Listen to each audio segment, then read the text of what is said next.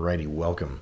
This is what we're talking about today is the 30-day lab challenge. And what I would like to do is mention to you that having worked with many people and many clinicians and their patients, I've discovered that you can change your blood values and other lab tests in some cases in 30 days. Not always. Some things take a little longer. I mean, the average life of your red blood cells is 120 days. So the turnover is going to be a little bit slower if you're changing red blood cells and if you've got chronic conditions. And if you've got inflammation as an underlying problem, or if you've got problems with your endocrine system, it could take you a few months to do these things. But I would like to say that in general, if a person has a problem that shows up in their blood work, it shows up in their hormone tests, it shows up in their blood tests, it shows up in their urine tests, then you're probably going to be able to make some kind of change in the fastest ones in 30 days, and the slower ones, significant change in 3 months, which would be 90 days. So, if you're doing hair analysis, however, if you're looking at hair and you're doing hair tests for heavy metals, you might find that the heavy metals, because hair takes about 4 months to grow out, that it might take you a little longer. It might take you a little longer time to change your hair. So you need a minimum of 4 months if you're trying to do a heavy metal reset and really purge heavy metals from your body and see a change in your hair. So 4 months minimum between hair collections. And some people don't have enough hair, no matter where in their body they're collecting it. They don't have enough hair to be able to get a good value, so they collect it over time. So please realize that if you're collecting hair over time, your data will be a little skewed if you're not doing it all in the same month or the same collection on the same day. The idea behind this change is if you've got white blood cell values, if you've got red blood cell values, if you've got blood chemistry values, those are the fastest to change. The red blood cells are a little slower, the white blood cells are a little bit faster. Platelets are a little bit slower. If you've got problems with your platelets, those are a little more ominous. We don't like to see platelet changes. We don't really like to see platelets go high or low. Thyroid problems can often change in 1 to 3 months. If it's an autoimmune thyroid problem, it can take a little longer or a lot longer. If it's autoimmune, a Hashimoto's type or other, if Graves' disease, those kinds of things can take a while. But you can notice that your symptoms may improve before your lab tests get better. So with regard to correlating your symptoms and your labs, it's very possible that you may not feel better, but your labs improve, or quite the opposite, your labs don't improve, but you're feeling better. So don't lose hope if you've got an improvement in symptoms. That doesn't mean that it's a waste. It just may take a little more time to change the underlying cells, because these cells are produced largely by your bone marrow, and they mature. The red cells and all the cells are produced in the bone marrow, but the white cells are matured in the thymus, and the thymus is kind of the police academy for them to learn how to fight enemies and to learn how to be mature and how to have tolerance and to know how to tolerate self versus non-self proteins. When a person has a blood value that they want to change, the fastest values to change are probably the blood chemistries. Those are things like CRP, things like erythrocyte sedimentation rate, things like cholesterol, things like triglycerides. You can turn those on a dime in 30 days in most cases, even if you're elderly.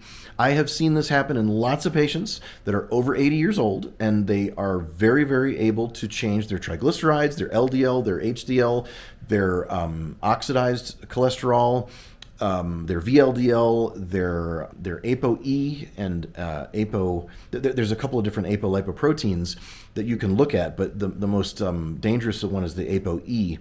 And so all of these things can be changed, even if you have the gene for them. If you have a bad gene for them, you can change them sometimes in 30 days.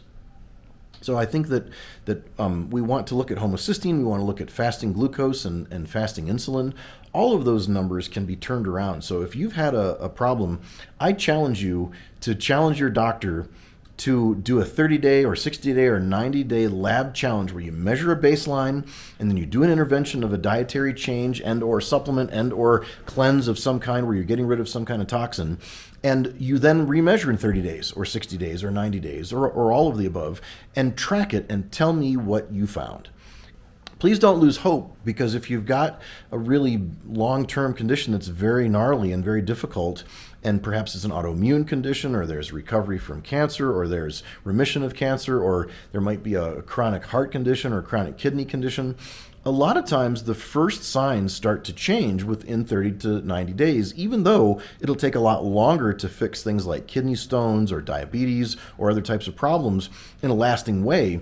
Arthritis especially, these things are going to take a lot longer. But sometimes the first physical signs will change in the labs within 30 to 60 to 90 days. So if you've got a chronic condition, you know it's going to be a couple of years before you'll be better, then don't lose hope, because it's very possible. A lot of my patients really get the huge benefits in year 2 and year 3.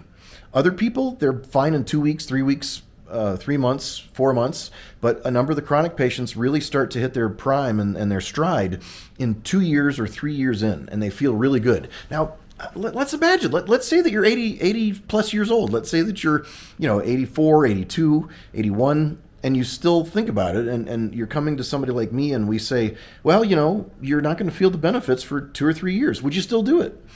Well, I think you could, because you could live a lot longer and have very good quality of life. So to me, it's worth investing 2 or 3 years to get a result that really is reversal of disease and reversal of symptoms and reversal of the mechanisms that underlie the root cause of why you got sick and what was wrong with you for your whole life. I've had patients reverse, cataracts, they've reversed kidney disease, they've reversed heart disease, they've reversed vascular disease, strokes, they've reversed all these damages such that, even disc bulges, such that they don't show up the same or they reduce on the MRI. So you see a reduction in the lesion that would show up on the MRI. You see people that reduce their cardiac calcium score all the time. Year after year, you can see people that will, if they get a CT cardiac calcium score every year, you'll see that if they're doing things right, the score goes down. And they can lower their risk of all-cause mortality and of cardiac event mortality or cardiovascular mortality, which would be things like strokes and heart attacks, and atherosclerosis and thrombophlebitis and plaques and throwing clots. All that stuff reduces, according to the literature, every year that you notice that your calcium score is dropping. If your calcium score is dropping, you will be at a lower risk. That's what the literature says. So again, this is not medical advice. I'm just telling you stories of what happened from my life. But you can do this challenge, and I think that it would be fun. Most of the people that I've done this challenge with usually are parts of a family, and so they've got a family member, they've got a have a spouse. Sometimes if it's an elderly family member, they might you might bring in your family member, and it might be you and your father or your mother. Or on the other hand, if they're elderly, on the other hand, you might bring in a child, and you might as an adult bring in your teenage child and say, we're going to do this together. So the mom and the daughter will do it together. I find that that's really good to have a partner in doing these types of cleanses and doing these types of diets. When you're changing what you eat, and you're changing how you poop, and you're changing what you eat and don't eat, and what you don't put in your mouth, and these different foods and things, you're changing your diurnal rhythm, what you eat at night, what you eat during the day, when you eat breakfast. All these things work really, really well if you have a partner. Other things that you can do is keep a diary, keep a log. I think that keeping a diary is very helpful, because when you keep a diary of what you're eating and what you're taking for supplements, and then you describe your symptoms, you can take them to a doctor that has some wisdom or experience, and they can help you figure out what went wrong. In fact, growing up in my life, I saw my mom take care of people, and she wasn't a doctor. She was helping people in the Leche League and helping them with nursing and with natural childbirth. And so I saw, people would bring in a story and say, here's what happened. And then somebody that's got experience would interpret that. And that's not doctoring, that's just being a wise person. So sometimes you can take that to a forum online, sometimes you can take it to Reddit, you can take it to a friend, and you might get good answers from people that have seen these patterns before, because it's just about pattern recognition. It's just about looking at the symptoms and comparing them to what you've been eating and saying, oh, maybe you don't tolerate dairy so well, or maybe you don't tolerate this cheese so well. Maybe you need raw milk or raw dairy products, but you don't tolerate processed, homogenized, or pasteurized dairy, which is a controversial thing to some people. Just realize that it may be that dairy is not so great for you, or it may be that our modern dairy isn't so great for you. I think that it's highly possible and highly likely that most of you will be able to make these changes in your blood work and in your saliva or urine or stool testing or Not so much hair testing because that's going to take 4 months, but these tests, it's going to be mostly blood, urine, and sometimes fecal tests. That we sometimes do fecal tests because they can be useful. There's a number of things we can do for fecal tests, but most of the time it's going to be blood and urine. If you've got a child and you've got a younger child that you really don't want to do a blood draw on, just do urine tests. There's a tremendous amount of urine tests you can do, like the organic acid test. You can look at toxins and glyphosate. You can look at mold. There's a whole number of things you can do with urine, which is very easy to collect from a child as opposed to blood. Now, some kids at fairly early age, will tolerate a blood draw. I would say that one of the difficult things for understanding children in public schools is anemia.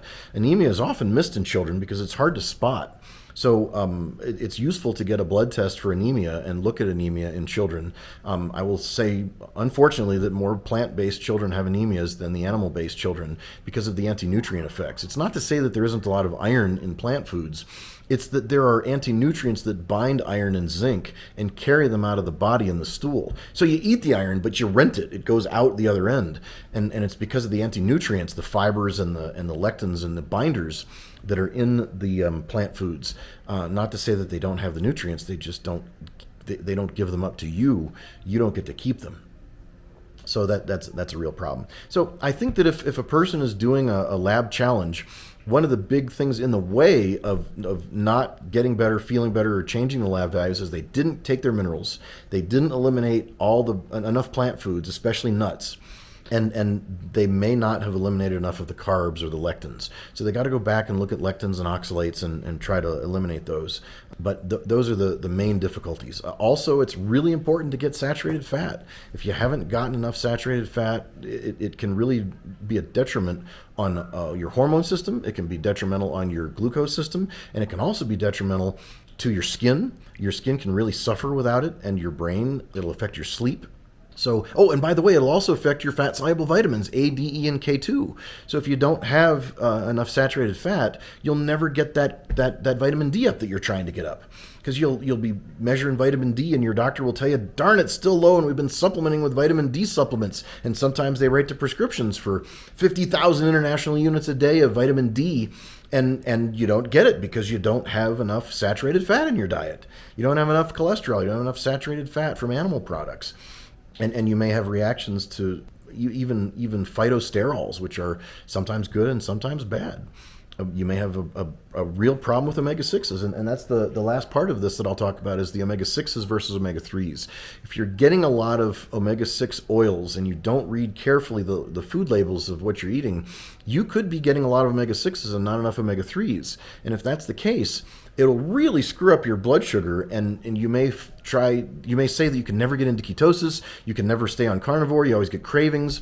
And so that's one of the last things I want to mention here is hidden omega-6s. They're in all processed foods. They're in all kinds of processed foods as hidden things, and they're in salad dressings. So really look out for that. It's really necessary to get away from processed foods and processed carbohydrates and salad dressings and oils and creams and sauces, because even creams and sauces that are on meat may be omega-6 vegetable plant-based and be full of chemicals and full of processed preservatives too. So watch out for those preservatives when you're doing your 30-day lab challenge. Thanks.